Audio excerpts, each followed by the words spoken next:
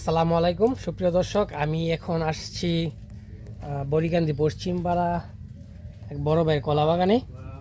তো এখান থেকে আমি কিছু কলার পই নিব আর কি, আমার খামার বাড়িতে লাগানোর জন্য। এই যে পইগুলো আপনারা দেখতে পাচ্ছেন, এই যে আপনাদের প্রিয় ভাইরা লালাল ভাই কলায় পইগুলো হাতে নিচ্ছেন। আর উনি হচ্ছেন এই কলা বাগানের মালিক বড় ভাই, উনি আমাদেরকে কলার চারাগুলো উঠাই দিচ্ছেন।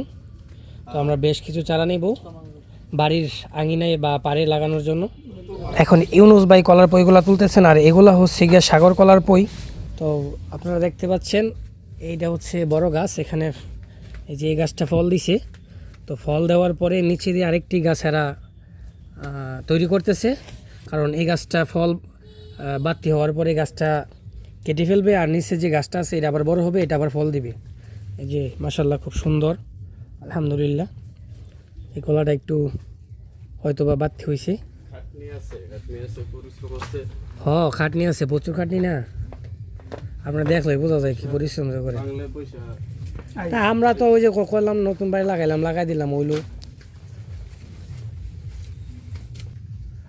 যে দর্শক মাশাল্লাহ আপনারা দেখতে পাচ্ছেন খুব সুন্দর সারি সারিভাবে কলা গাছ লাগিয়ে রাখছেন, এবং খুব সুন্দর কলার ছড়ি আসছে প্রতিটা গাছে। মাশাল্লাহ খুব সুন্দর সুন্দর ছড়ি আসছে।